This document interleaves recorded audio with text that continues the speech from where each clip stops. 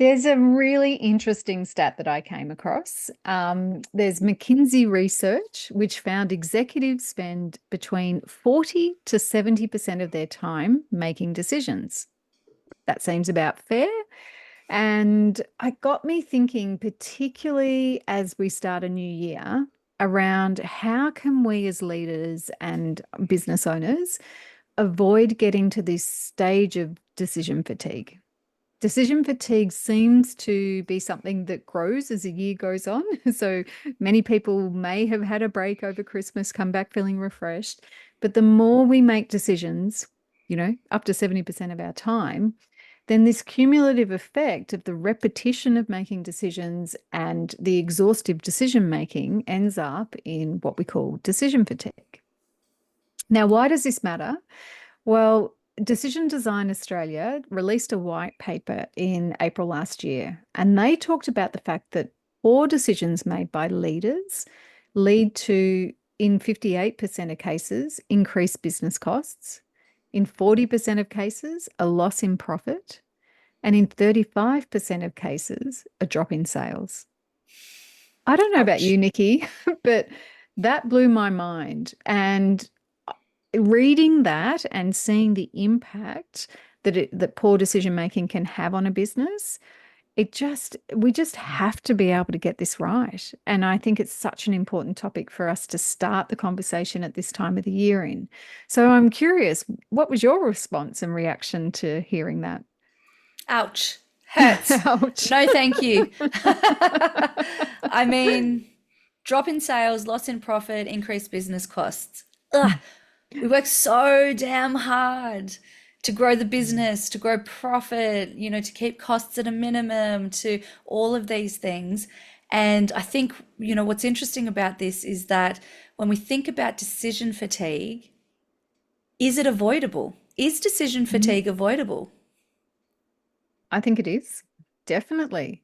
But I do also see how we get there. Like, what are the impacts and the flow-ons of having to make so many decisions all the time if we don't have any kind of guidance or compass or anything in order to be able to help us determine how to make a great decision?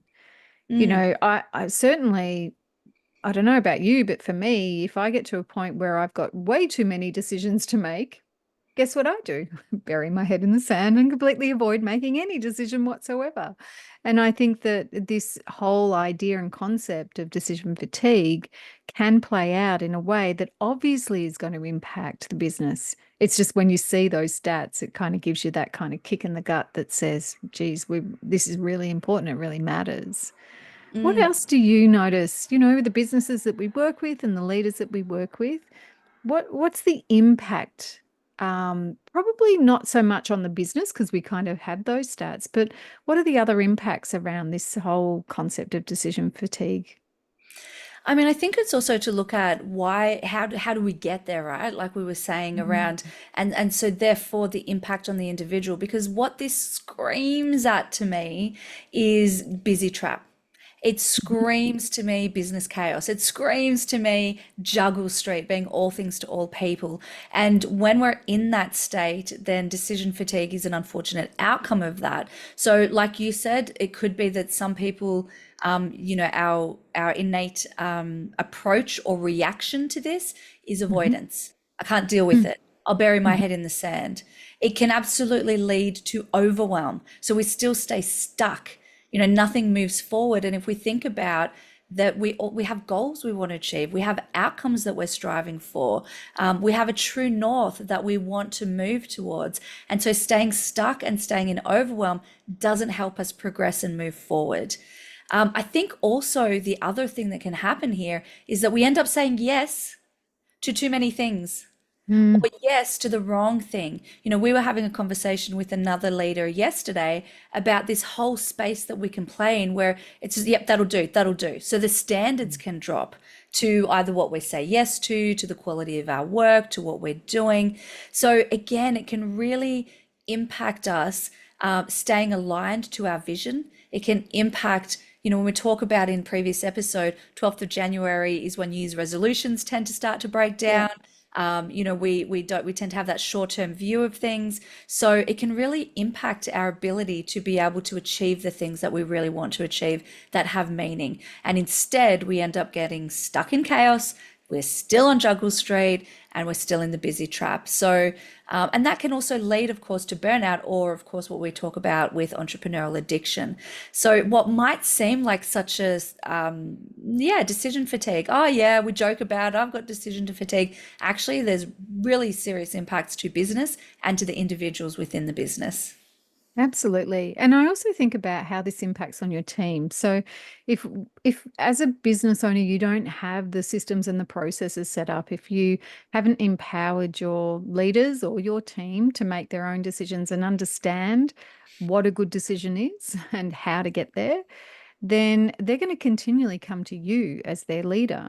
And you will then have to not only come up with all the decisions that you need to make as an executive or a leader in the business, but also be making decisions on behalf of your team who can't make decisions for themselves. And I think around, this is a trap that we can fall into if we go down the deep, dark path of micromanagement, because it Mm. just continues to put more and more pressure on. So actually, your team are they're just doers. They are just doing the do, not making decisions, which is putting even more pressure on you as a leader to make more decisions. And therefore, the quality of your decision making can suffer. Mm. So it's really, I mean, like, I don't want to be all doom and gloom. I think that there is a brilliant example that comes to mind from the Healthy Hustle book is Michelle and Gregory, Michelle and Douglas. Not Michelle and Gregory. Michelle and Douglas. I have them married off to someone completely different. But Michelle and Douglas, they decided a number of years ago, they had a growing business, they had a team, and they had four small children. And they decided they want to go and live in Spain for a year. So after going through this process of working out, well, we have to explore this. We can't let this opportunity pass. But if there's a roadblock that we can't get through, then sure, we won't go.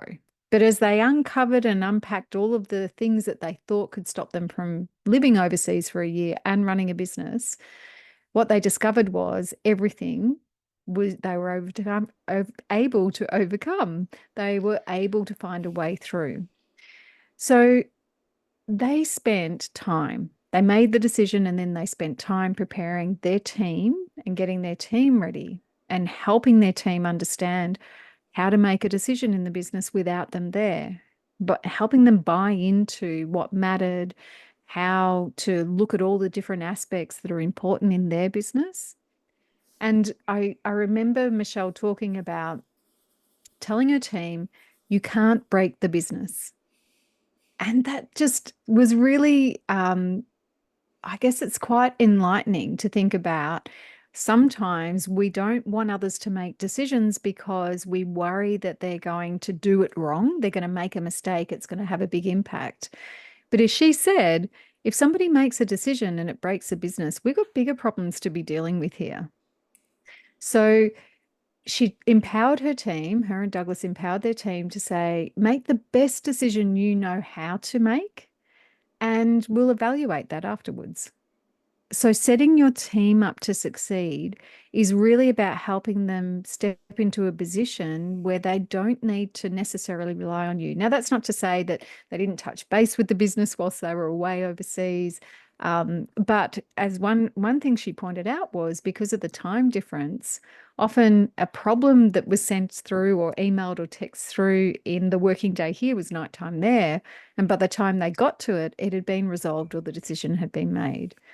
So I think there's something we can take away from that in thinking in relation to if we are making a lot of decisions, how are we setting our team up to support us to do that in a way that's going to help the business succeed? So there you go. We have light and dark. And Yes. I think that, if we are to look at breaking down how to avoid decision fatigue, um, I want to share with our listeners and our viewers today what those probably the top three things are. What are the three things that you can do to help get out of this trap? Because We don't want increased business costs, a loss in profit, and a drop in sales. Mm. So, Nikki, what would you say the number one thing that we would recommend would be? How do I choose between our top three? I think they're all well. Okay, let It's me like children. see. It is like children. The place to start, because it is the anchor, it is what we call the true north, is to make sure that you've got some clarity of direction, that you've got some planning that has been put in place. And we talked about this a little bit in last week's episode as well. So your plan on a page. We call it a plan on a page. It's part of a whole True North framework, and it's called the True North framework for a reason, because it is literally the anchor to come back to. When we're clear on what is important, we know what to prioritize, and then it's easier to say yes or no to things. And that's going to help with this decision fatigue, regardless of if you're the business owner, a leader, or a team member. Everybody needs to be clear on what the true north is, what the outcome is, where we're all going. And so, again, not to go into detail, but make sure you set what that is, that the team knows what that is, and you are checking in with it monthly, weekly, and quarterly. So that was an odd order: weekly, monthly, and quarterly. True North, you've got to have what your clarity of direction and what's important. That would be number one. Yep. I'd have to agree with that, because if we're clear on the vision of where we're going in the business, and we're clear on our values and our, making sure that the culture is aligned to what we want it to be, then all decisions need to be filtered through that. And Mm, if that isn't clear, then obviously decisions are being made aligned to what? mm, You'd have to ask how are poor decisions made when you don't have that true north to come back to? mm. Yeah, because you can make a decision, but we don't know the quality of of the decision or the impact of making that decision. Yep, So, yeah, great. absolutely. All right, Num fantastic. What Number about two. number two? Yeah, go for Oh, do you want to do it? Do you want me to do it? You do All it. right. So number two is really aligns with what you were talking about around delegating or turning doers into decision makers. So we talk about this as you might have a team of amazing people in the business. They're doing a great job. It's almost transactional though. Like they're literally doing the work, but they're not necessarily making decisions. They're not empowered to make decisions that then take some of the load off you or some of the load off other leaders. And also it empowers them. There's a sense of purpose in that. They're more likely to feel they're likely to learn, to grow, just like in Michelle and Douglas's case. And, they will get to learn themselves. So there's an empowerment around that. So we want to delegate so that you can turn your doers into decision makers. And there's a lot of Fantastic. benefits to that, but I'm gonna shorten that there, because the next step, the top three, the third point is going to help you, that Ness will share, because I'm going to throw this one to you. Point three is going to help how you can turn your doers into decision makers. Absolutely. So I love that they link, so all of them link so closely together. This one's about automating your decision making, and that is through asking high quality questions. So often we look at how can we set a structure up in order to set our team up to succeed when they take action. Now, if we have a decision making process within the business or for ourselves, where we get to ask ourselves a number of questions and then have that time to sit and do the thinking around what impact does making this decision have. If we are making decisions on the fly, it's going to be much harder to be able to identify any problems that come as a result of that. And I think that, obviously there's a different layer of decisions that we make. I mean, some decisions around what am I going to wear to this meeting, or, what I'm going to have for lunch, pretty low quality decisions potentially. But this is more around, those things that you could have fatigue on.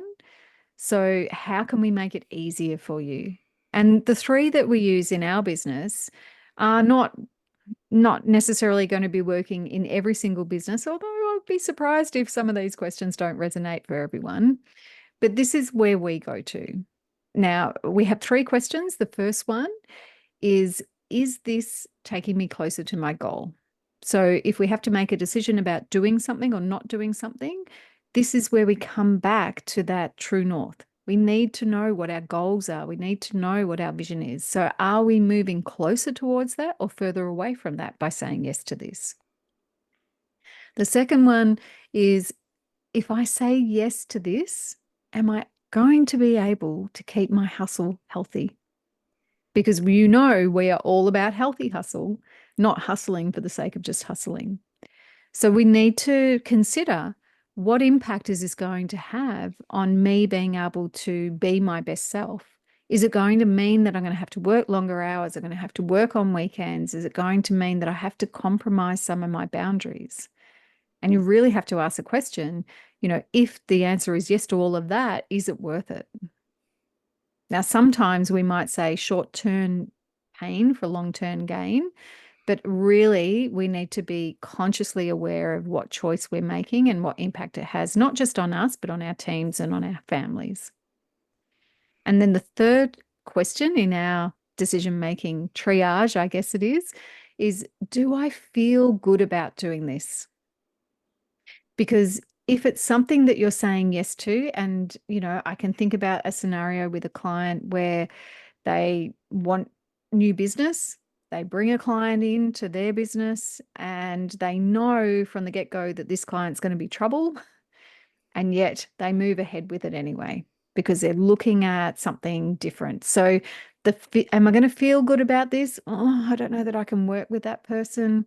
Their values don't align. I get the ick whenever I speak to them, but I'm going to go ahead and do it anyway because I think it'll get me money, is not necessarily going to be a decision that's going to be helpful. So I think this one you've got to be a little bit careful on, because we can't just feel good all the time about the things that we do. Sometimes we have to do things that are a stretch and can feel uncomfortable. But I think for me personally, what this comes back to is, does it feel good, or do I feel good doing this? Is it aligned to my values? That's sort of where I go to. What about you, Nikki? What Yeah, is that's that? what Mm, Sorry, yeah, that's what I'm thinking as you're saying this, because nothing has meaning but the meaning that we give it. And so it might be, particularly if there's a team, the questions might differ slightly, but maybe the do I feel good about this could be, is it a values fit? Or getting really clear on values fit is good because it's decision making triage for a variety of different decisions, but something in there around a good fit. Because even if we talk about the hypothetical, that is absolutely a real scenario for so many people. And I had a coaching session on this just earlier today around the type of clients that we work with. So let's just say we're wanting to grow our business, new client comes in. Is it taking me closer to my goal, my revenue, whatever that might be? And by the way, when you're doing this, don't say my goal, put in what your goal is. So it's really meaningful for you. So is it taking me closer to, say, a revenue goal? Well, yeah, a new client would be. But then it might be that there's a no for, is this helping me keep the hustle healthy? That actually might be a no, because you already know that they're going to take up a lot of your time outside of business hours, or it's a totally new segment or industry that you're going to have to put a lot of work into. Do I feel good about this, or does it align with values?